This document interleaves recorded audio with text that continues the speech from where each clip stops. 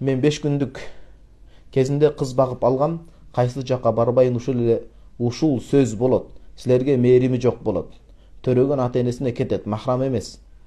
Атасына чужой эркек, бөтөн эркек деңиз, асырап алган бала тууралуу баян кылып берсе жакшы болот эле дейт. Күйөөм да жооптуу карап мамиле кылмак, жооптуу карап.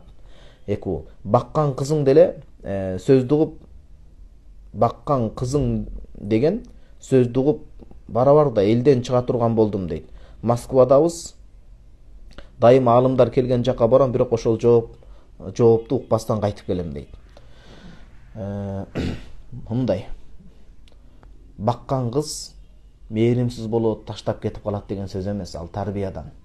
Кээде өз ата энесинин канынан жаралып төрөлүп туруп деле Кудай Таалам ошо өз ата энесинен жаратып, өз ата энесинен жарык дүйнөгө келип туруп деле ата энеси себепкер болуп.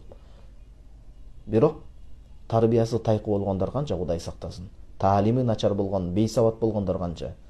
Эгерде сиз чындап мээримиңизди төгүп, бооруңузду ачып, кучагыңызга алып, жылуулук берип, тарбиясын берип, таалимин ордуна койсоңуз, ал берген таалим, берген жылуулук, сиңирген жакшылыгыңыздын үзүрүн эртең көрөсүз иншалла. Ал Кудайдан канчалык тарбияга себепкер болот, ал таштап кетпейт тарбиясы мыкты болсо.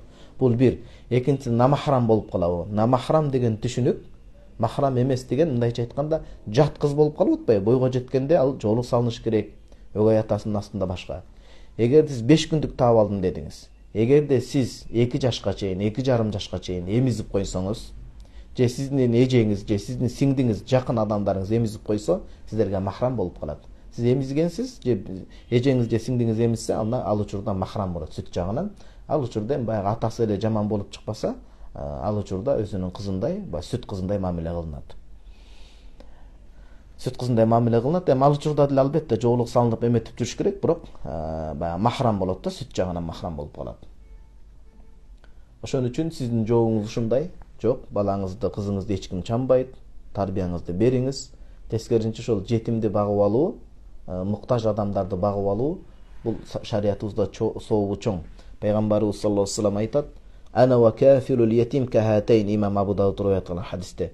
Жетимди багып асырап алган адам, кепилдик алган адам мени менен бейишт ушунчалык жакын болот дейт. Аалымдарыбыз муну сонун кылып түшүндүрүп берет. Ошон үчүн маселе ушундай.